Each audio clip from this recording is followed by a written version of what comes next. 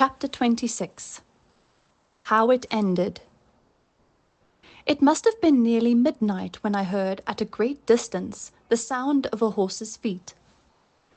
Sometimes the sound died away, then it grew clearer again and nearer.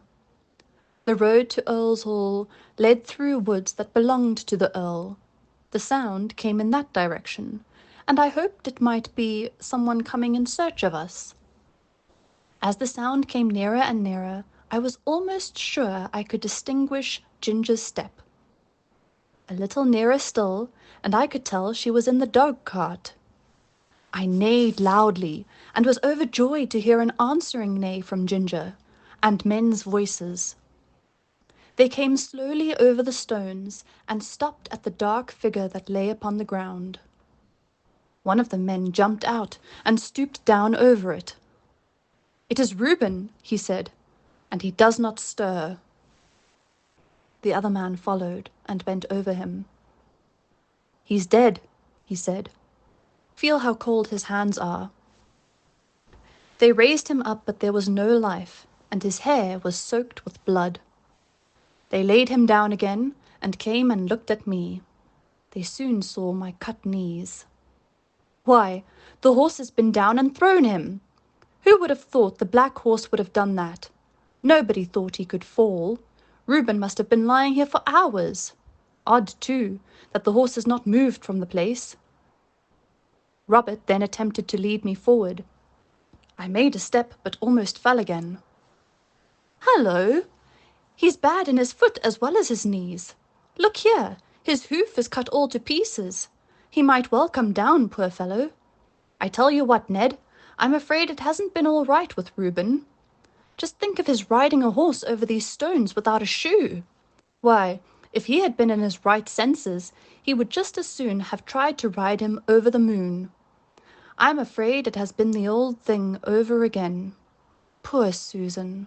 She looked awfully pale when she came to my house to ask if he had not come home. She made believe she was not a bit anxious, and talked of a lot of things that might have kept him. But for all that she begged me to go and meet him. But what must we do? There's the horse to get home as well as the body, and that will be no easy matter." Then followed a conversation between them, till it was agreed that Robert, as the groom, should lead me, and that Ned must take the body. It was a hard job to get it into the dog-cart, for there was no one to hold Ginger. But she knew as well as I did what was going on, and stood as still as a stone. I noticed that, because if she had a fault, it was that she was impatient in standing. Ned started off very slowly with his sad load, and Robert came and looked at my foot again. Then he took his handkerchief and bound it closely round, so he led me home. I shall never forget that night walk. It was more than 3 miles. Robert led me on very slowly, and I limped and hobbled on as well as I could, with great pain. I'm sure he was sorry for me, for he often patted and encouraged me, talking to me in a pleasant voice. At last I reached my own box and had some corn. And after Robert had wrapped up my knees in wet cloths, he tied up my foot in a bran poultice to draw out the heat and cleanse it before the horse doctor saw it in the morning. And I managed to get myself down on the straw, and slept in spite of the pain. The next day, after the farrier had examined my wounds, he said he hoped the joint was not injured, and if so, I should not be spoiled for work, but I should never lose the blemish. I believe they did the best to make a good cure, but it was a long and painful one. Proud flesh, as they called it, came up in my knees, and was burned out with caustic. And when at last it was healed, they put a blistering fluid over the front of both knees to bring all the hair off. They had some reason for this, and I suppose it was all right.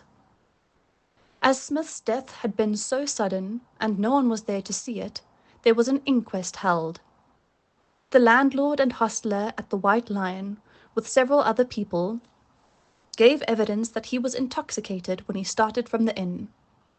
The keeper of the toll gate said he rode at a hard gallop through the gate, and my shoe was picked up among the stones, so that the case was quite plain to them, and I was cleared of all blame.